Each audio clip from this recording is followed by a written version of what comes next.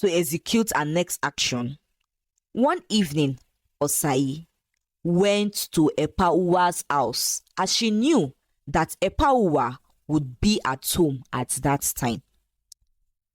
She was a regular visitor to the house as she would always visit Omawumi from time to time. So, Osai was allowed into the compound without questions. Immediately Osai entered into the compound, she went on her knees right before Epauwa and started crying. "Please help me.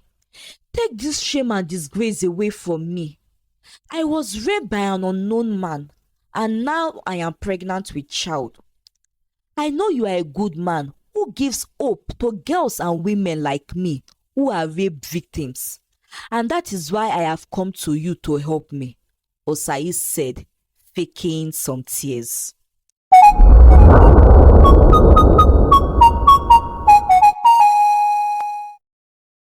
Once upon a time, in a small village, there lived two friends called Omawumi and Osayi. The two friends have been friends for a very long time. Both Omawumi and Osayi were very beautiful maidens. In fact, they were considered the most beautiful maidens in the village. It makes sense that the two most beautiful maidens in this village are best friends with each other, many of the villagers said. As Omawumi and Osayi grew into full maiden and ripe for marriage, they began getting more proposals from young men. Now, Osayi was one who loved riches and the good things of life, and she never hesitated to say and to show it. "The gods have blessed me with beauty and grace, so it would be a sin for me to marry a poor man who would make me suffer and make my beauty depreciate," Osayi would say to her friend, and anyone who advises her to give a man that had asked to be with her a chance if the man is poor. "I have always told you to stop this thing you say. Remember, it is the same gods that created the poor people too," Omawumi would advise her friend. I know it is the gods who create the poor people too, but certainly not for people like me. The gods made such people to be with their kind, and I am not one of their kind," Osayi would reply. And so, whenever Osayi and Omawumi are working together, Osayi would pull Omawumi away if any man that Osayi considers too poor and not good enough attempts to speak with Omawumi. "You are my friend. I can't be aiming for good things and allow you settle for rubbish," Osayi would say while she drags her friend away. And so, the young men who woos Omawumi would not speak to her whenever she was with Osayi in order to avoid embarrassment. As for Osayi, she only gave rich and well-doing young men audience. Omawumi lives with her uncle, who is her late father's younger brother. Omawumi's father died when Omawumi was only a baby, and 11 years later, Omawumi's mother died also. And so, Omawumi had to move in with her uncle and his wife, whom Omawumi referred to as Iye. Iye, Omawumi's auntie, also supports Osayi. She also wants Omawumi not to be with a poor man. "Your uncle and I have been there for you all these years, so it is fair that you compensate us with a rich in-law," she told Omawumi. One day, Omawumi was returning from the next village. Her aunt, Iye, had sent her to go deliver some beads to a client. Iye sells beautiful coral beads and was busy on the said day. A client had requested for a particular design of bead, and Iye did not have it the week before when a customer had come to buy it. She was able to make the design and sent Omawumi to help her make the delivery. As Omawumi walked back to her village, two men sprang out from nowhere and carried Omawumi into the bush. One of the men, who seemed like the boss, forced himself on Omawumi and defiled her. Omawumi did not know who the men were, as she had never seen their faces before. Omawumi returned home crying. However, she refused to tell her family and friends what actually happened to her due to the shame and the stigma that comes with being a rape victim. Instead, she told them that she was attacked by robbers and was beaten when they did not find any money on her. For days and weeks, Omawumi remained sad and dull as the trauma of the incident did not leave her mind. However, as the weeks went by, Omawumi gradually put the incident behind her and became her cheerful self again. But that did not last, as some weeks later, Omawumi found out that she was pregnant. Omawumi felt shattered as she wondered how she would bear a child that was conceived as a result of rape. Her aunt Iye also began to notice some changes in her and confronted her about it. Still, Omawumi would not say anything. However, one day, she decided to confide in her best friend Osai. Omawumi told Osai how she was raped and is now pregnant. Osai, who could not take in the information, screamed, and that made Iye run out of her room to know why Osai had screamed. And that was how Omawumi's aunt and uncle got to know about our unfortunate predicament. There is a man in their village whose name was Uwa. Uwa was a man of about 54 years old and was addressed as Epa Uwa by the villagers. Epa is a name used in Benin to address an older male. Epa Uwa had moved to Omawumi's village years back when Omawumi and Osayi were teenagers. Epa Uwa is a very popular man because of his wealth and generosity. As a matter of fact, he was so wealthy that the people said he was almost more wealthy than the head of the village, although they said this in hushed tones.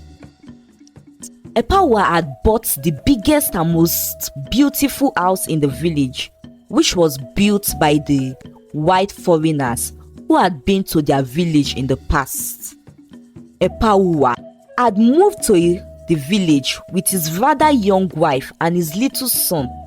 Unfortunately, his wife and son died 4 years later as a result of an unknown sickness. Epa Uwa became even more popular when he married a young girl again years later, who had gotten pregnant out of wedlock. The girl claimed that she was raped, and in the midst of the stigmatization and wagging tongues of the villagers, Epa Uwa decided to marry the girl with her pregnancy and adopted the child as his own. Epa Uwa took care of the girl and spoiled her with so much wealth and riches. She became robust, more beautiful, and always wore expensive clothes and beads, to the extent that the women of the village who had stigmatized her became so envious of her. Unfortunately, years later, when the child became 5, the child died. The villagers felt pity for Epa Uwa for losing a child the second time again. The child's death left its mother traumatized, and she decided to make herself a prisoner in her house and would not go out. Epa Uwa is friends with Omawumi's uncle. One day, whilst Epawa visited his friend, he called him aside. My friend, I may be a man, but I am aged and I have got some experience. I observe that your niece is with child, he told Omawumi's uncle, referring to Omawumi. Omawumi's uncle confirmed that it was true. I suspect that it is out of wedlock, since there was no time you gathered the whole village to celebrate her marriage, and since you are also keeping her pregnancy a secret, Epawa continued. Omawumi's uncle confirmed all Epawa said to be true. Then, Epawa offered to marry Omawumi with the pregnancy, and so the child she is carrying would be his own legally and traditionally. It is a win-win situation. I will be taking away the shame and ridicule that Omawumi would suffer if the whole village gets to find out. And in return, I also get to have a child again, since I am old and may never get the opportunity to father my own biological child, Epawa said to Omawumi's uncle. Omawumi's uncle thought of it and saw that it was a fair bargain. And so, though sad and reluctant, Omawumi had to marry Epawa in order to cover her shame and give her unborn child a name when it is born. Omawumi's marriage to Epawa got the villagers somewhat shocked, as they wondered why Omawumi, a beautiful young girl, was settled for a much older man. It is because of his wealth. Have you forgotten how Osai would always say that she and her friend would only marry a rich and affluent man? Some of the villagers gossip, as they did not know the actual truth behind Omawumi's marriage to Epawa. However, Osai, knowing the actual truth, rather became envious of Omawumi. So, this is how Omawumi would live in wealth, Osai said in her heart. How can such an unfortunate sin as being raped and getting pregnant as a result of that, and yet she still gets to marry the most wealthiest man in the village? Osai said. And so, the more Osai saw her friend looking fresh, robust, and wearing expensive clothes and beads every time she goes to visit her, the more Osai became envious. So, whilst others who did not know the actual reason behind Omawumi's marriage to Epawa gossiped that it was because of his money, Osai, who knew, was rather envious, as she was more concerned about the wealth Omawumi was enjoying. Unable to control her envy and wanting so much to enjoy such wealth too, Osai devised a plan. Osai waited till when she was in her prime time of the month to conceive. Then, she seduced Uyi, the village drunkard, into sleeping with her in the bush one evening.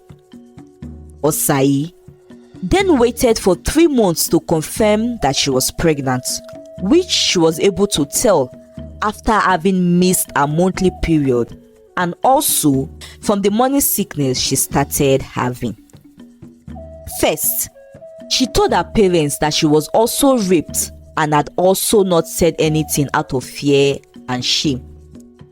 This information shattered Osai's parents and left them confused.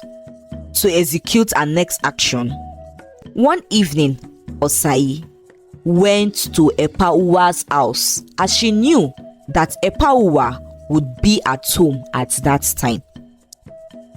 She was a regular visitor to the house as she would always visit Omawumi from time to time. So, Osai was allowed into the compound without questions. Immediately Osai entered into the compound, she went on her knees right before Epawa and started crying. Please help me. Take this shame and disgrace away from me. I was raped by an unknown man, and now I am pregnant with child.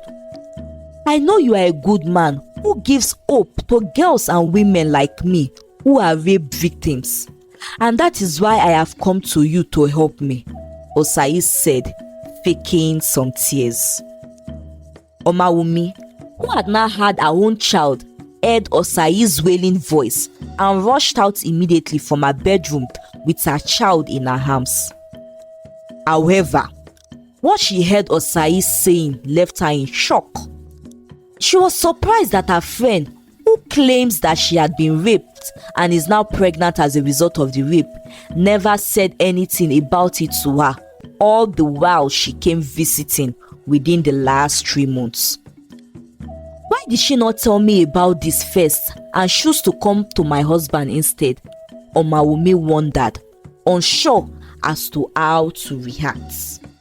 Epauwa consoled Osai and promised to see Osai's parents so he would marry Osai and give her child his name. After all, I can have as much children as I wish to.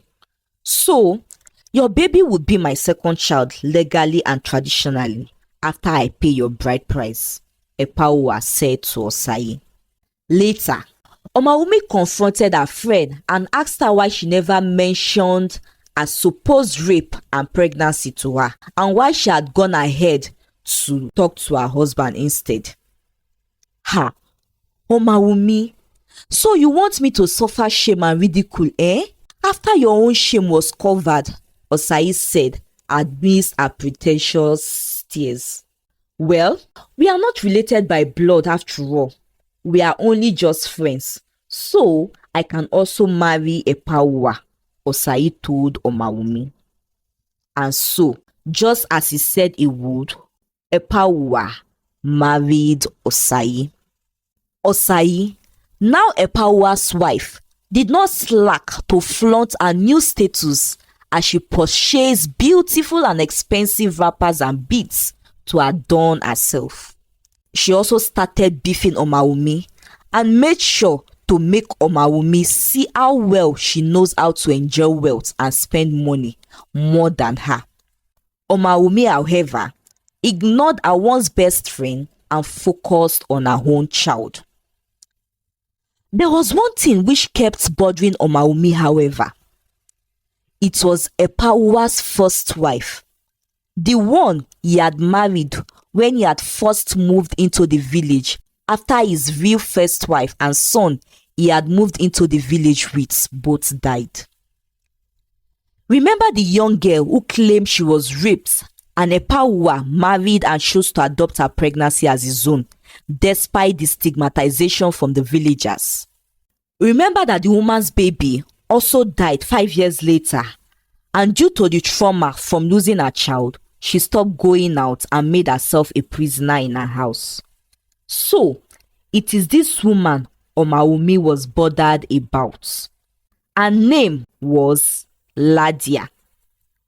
When Omawumi newly married Epauwa and moved into his house, she noticed that Ladia still remained in the house and always in her bedroom most of the time. However, on few occasions, Ladia would come out briefly, stare at Omawumi, shake her head as one shaking her head in pity, and then return to her room for another couple of days. And then she would repeat it again. Omawumi was not only bothered and troubled by the way Ladia would look at her and shake her head in pity. She was also concerned about Ladia's state, as Ladia was now looking like a shadow of herself. Omawumi related her concern and worry to Epauwa, who asked her to ignore Ladia and focus on making herself and her child happy. Not satisfied and still bothered, Omawumi decided to speak with Ladia. But Ladia kept turning her down and would refuse to open her door for Omawumi to enter. It was this that Omawumi was in the middle of for weeks when Osai had come to Epauwa with her rape story. Osai's drama and marriage to Epawa had distracted Omawumi for some couple of days. But now that she had accepted the reality that she and Osai are now co-wives, her mind drifted back to Ladia. Now, Ladia not only look at Omawumi and shake her head, but she also looks at Osai and does the same. One day, Omawumi approached Osai to have a word with her. Are you not bothered about Ladia and the weirdness about her? Haven't you noticed how she comes out to take a glance at you from time to time and shakes her head in pity? Omawumi asked Osai. Why should I care about her? After all, we all got into this house and marriage the same way she did. So why should I be bothered with how she shakes her head? Osai replied. Omawumi realized that she would not get any help from Osai concerning the issue and sought to keep going to Ladia until she is able to get her to speak. And one day, Omawumi learnt of a dark secret. This story is quite a long one. Check my next video for the concluding part where much secrets will be unveiled. I am certain that you would enjoy this story. Thank you for watching and see you in our next video. Bye.